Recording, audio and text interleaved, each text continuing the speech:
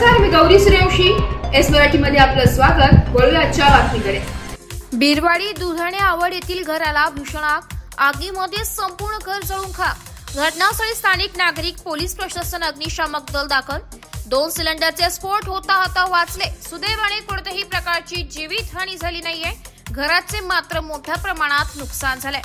महाड तालुक्यातील बिरवाडी दुधाणे आवड येथील एका घराला शॉर्ट सर्किटमुळे काल आग लागल्याची घटना आज सायंकाळी 7 वाजताच्या सुमारास घडली आहे. या आगीमध्ये घर संपूर्णपणे जळून खाक झाले असून सुदैवाने कोणत्याही प्रकारची जीवितहानी मात्र झाली नाहीये.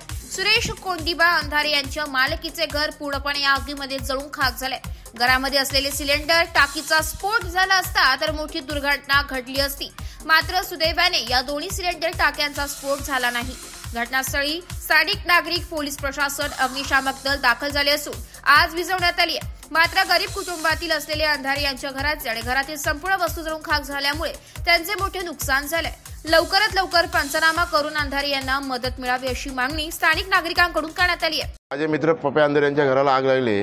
जी मामाने असं जी वस्तू सांगितली ती 100% खरी आहे की त्यांची आज गरिबीतून दिवस काढत ते आज अंधारे कुटुंब आज जगत आहे. आज नोकरी करण्यासाठी तो बाहेरगावी गेला जात असताना त्याला पण आज 1-2-2.5 लाखाच्या गांडा घातलेला त्या एजंटनी आणि आज त्यातनं तो सावरत असताना त्याचं आज घर पण जोडून गेलं आहे. पण आज मी बिरवाडीचा प्रथम नागरिक या नात्याने सांगतो की आजचा सध्या घरकुल योजना ही चालू आहे. त्या घरकुल योजनेचं त्याचं घराचं काम त्या बिरवाडी ग्रामस्थांच्या वतीने व माझ्या सर्व सहकार्याच्या वतीने त्याचं लगेच मंजूर करून ताबडतोब त्याचं काम करण्यात येईल. आमच्या गावातील रहिवासी आहेत सुरेश कोंडिबा अंधारे, त्यांचे चिरंजीव आहे आणि दुधाणे आवडमधले हे आमच्या ग्रामस्थ आहेत.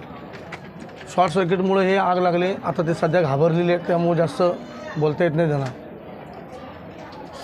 सुमारे 7-7:15च्या दरम्यानमध्ये ही आग लागलेली आहे. ज्यावेळी आम्हाला समजलं त्यावेळी आम्ही इथं धावत आलो, विझवण्याचा प्रयत्न केला. परंतु आग एवढी मोठी होती की भयंकर की आम्हाला काहीच करता आलं. शेवटी फायर ब्रिगेडच्या गाड्यांना फोन केले आणि स्थानिक पोलिसांना फोन केले आणि पोलीस आणि फायर ब्रिगेड आणि आम्ही ग्रामस्थ असे सगळे मिळून ही आग आता विझवलेली आहे. आणि अतिशय आमच्या गावातील गरीब कुटुंब म्हटलं तरी म्हणायला हरकत नाही. सुरेश कोंडिबा अंधारे की मोलमजुरी करून हे पोट भरून आज हे घर त्यांनी बांधलेलं होतं. आज खऱ्या अर्थाने सांगायचं म्हटलं तर त्यांची खूप नुकसानी झालेली आहे आणि त्यांना राहायला आता घर नाही आहे. तर याच्यावरती पंचनामा आता चालू होईल. आता पोलीस आलेले आहेत. पोलिसांनी आम्हाला विचारलं, त्याआधी तुम्ही आलेले आहेत त्यामुळे तुम्हाला आम्ही बाईट देतो. तर सरकारने याच्याकडं जातीने लक्ष घालून त्यांना नुकसान भरपाई चांगल्या पद्धतीने मिळवून द्यावं, त्यांना त्यांचं घर द्यावं. हे आमच्या कारण आता त्यांना घालायला कपडे पण नाही आहेत. कपडे पण संपूर्ण त्यांचे जळून गेलेले आहेत. घरामध्ये काहीही राहिलेलं नाही आहे त्यांच्या. एस मराठी न्यूजसाठी प्रतिनिधी निलेश लोखंडे, महाड.